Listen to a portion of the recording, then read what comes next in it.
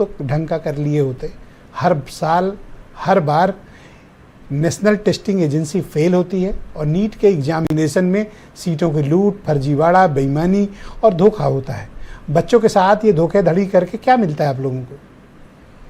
नहीं देखिए ब्रजेश जी, आपने सही कहा। और एज ए अगर हम एक आम व्यक्ति की तरह अगर हम बात करें तो जाहिर सी बात है कहीं ना कहीं ये बहुत कष्टदायी है उन नौजवानों के लिए जो देश के भविष्य हैं। सरकार ये नीट का मामले को जो लेके आए, जिसे 2024 का भी जिक्र हुआ आपके द्वारा या और लोगों के द्वारा, जो कि सही भी है, उस पर भी देखिए कई 14, 16, 19 कई गिरफ्तारियां भी हुई हैं।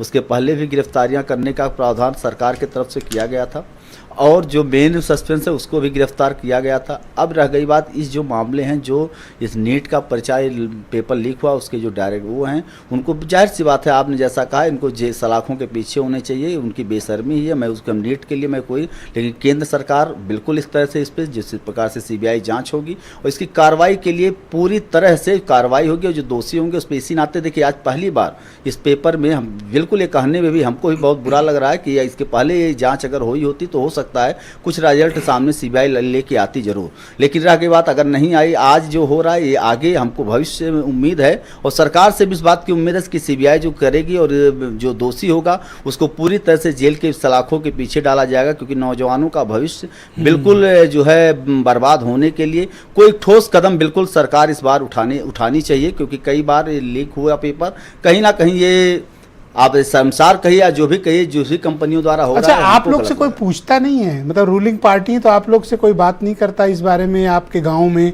आपके मोहल्ले में लोग आपसे पूछते नहीं है कि ये क्या हो रहा है आपकी हुकूमत में?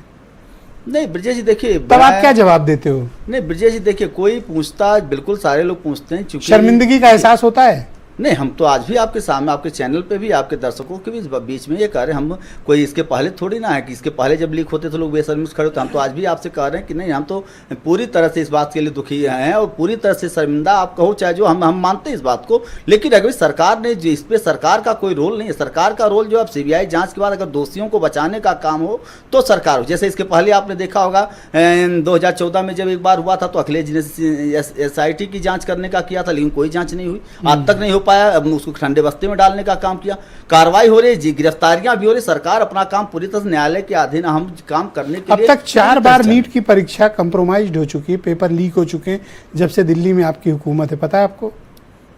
नहीं तो आप ये काम अखिलेश यादव करवा रहे हैं? आप नहीं, हमने क्या कहा, हमने कहा जब 2014 में जब जो है अखिलेश जी के UP CPMT का लीक हुआ था तब की बात भी मैं कर रहा हूँ। हम अखिलेश यादव को इसके लिए नहीं जिम्मेदार करें, हम इसके लिए ये करें कि तब उन्होंने जो कहा था, तो आपका जो उन्होंने आश्वासन दिया था ब्रजेश जी, उसको भी उन्होंने पूरा नहीं किया। अच्छा, आपको दर्शकों को शायद ना पता हो, लेकिन उत्तर प्रदेश में एक विधायक हैं SBSP के बेदी राम, आप लोग को पता है उनके खिलाफ पेपर लीक का कोर्ट में केस चल रहा है और यूपी के STF ने स्पेशल टास्क फोर्स ने, बेदी राम और 2 और विधायक हैं, एक दिन विनय राय हमें बता रहे थे, एक भदोही के हैं, एक और कहीं के विधायक हैं, 3 विधायक पेपर लीक गैंग का हिस्सा हैं और तीनों इस वक्त विधायक हैं बीजेपी में और आपकी पार्टी को सपोर्ट कर रहे हैं। पेपर लीक के और उनका केस ट्रायल पे है, मतलब केस खत्म ही हो जाएगा, अगर सबूत होंगे तो जेल जाएंगे।